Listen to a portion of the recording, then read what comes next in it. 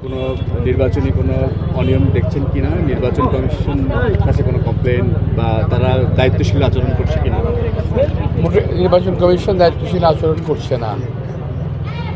আমি ইতিমধ্যে অনেকগুলো অভিযোগ করেছি, একটা রেসপন্স পাইনি, খুব দুর্ভাগ্যজনক। রেসপন্স আশা করেছিলাম কিন্তু পাইনি, এবং অনেক অনেক জায়গায় একটা অহেতুক কিছু ঝামেলা আমাদের করে ফেলেছে। সেটাই বলছি, এখন আর আপাতত ওই পর্যন্ত বলতে চাই, পরে দেখা যাবে কী হবে। আইন শৃঙ্খলা বাহিনী নিয়ে কি অবস্থা দেখছেন? আর কি গতকালকে একটা ঘটনা ঘটেছে ওসমান হাদির ওখানে যে একটা ঘটনা, তো সেই ক্ষেত্রে কি মনে হচ্ছে যে আইন শৃঙ্খলা বাহিনী কি এই সুষ্ঠু নির্বাচনের ক্ষেত্রে প্রযোজ্য কিনা? কি ভাই, ওটা আমার সাবজেক্ট না, নির্বাচনের সাবজেক্টের কথা বলো। আমরা দেখেছি এই বছর এই ছাত্র সংসদ নির্বাচনের ফলাফল ঘোষণা নিয়ে অনেকটাই লেট হয়েছে। ছাত্র সংসদ নির্বাচন, এবারে জাতীয় সংসদ নির্বাচনে আপনি ফলাফলের ঘোষণা নিয়ে কোনো শঙ্কা প্রকাশ করছেন কিনা বা আপনার মন্তব্য?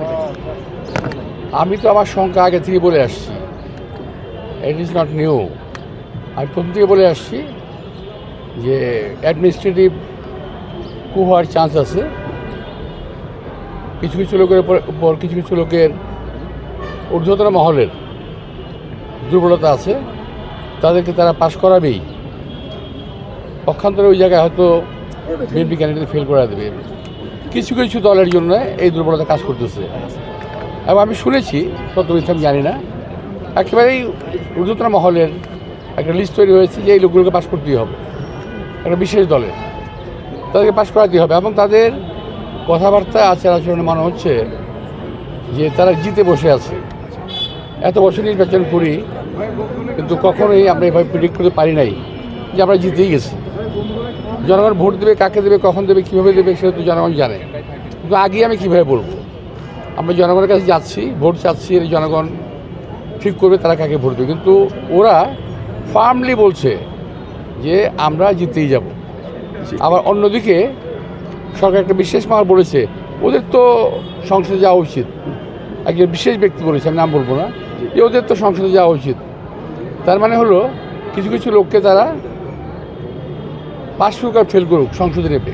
তাহলে সবশেষ যে প্রশ্নটি সেটা হচ্ছে যে অংশগ্রহণমূলক নির্বাচন নিশ্চিত করতে আপনার বার্তাটা কী থাকে? অংশগ্রহণ নির্বাচন তো মূলক নির্বাচন তো হচ্ছেই, আর কোনটা বলবো আমি?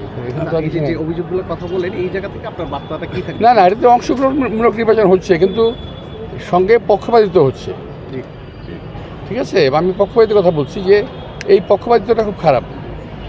এবং সরকারের একটা মহল যদি এই কথা বলে যে এই সমস্ত ছেলেদের তো সংসদে যাওয়া উচিত, ভোট পাক না পাক তাদেরকে কি তারা পাঠাবেই? একজন প্রার্থীকে ফেল করিয়ে দিয়ে একটা ভুয়া রেজাল্ট নিয়ে তারা সংসদে যাবে?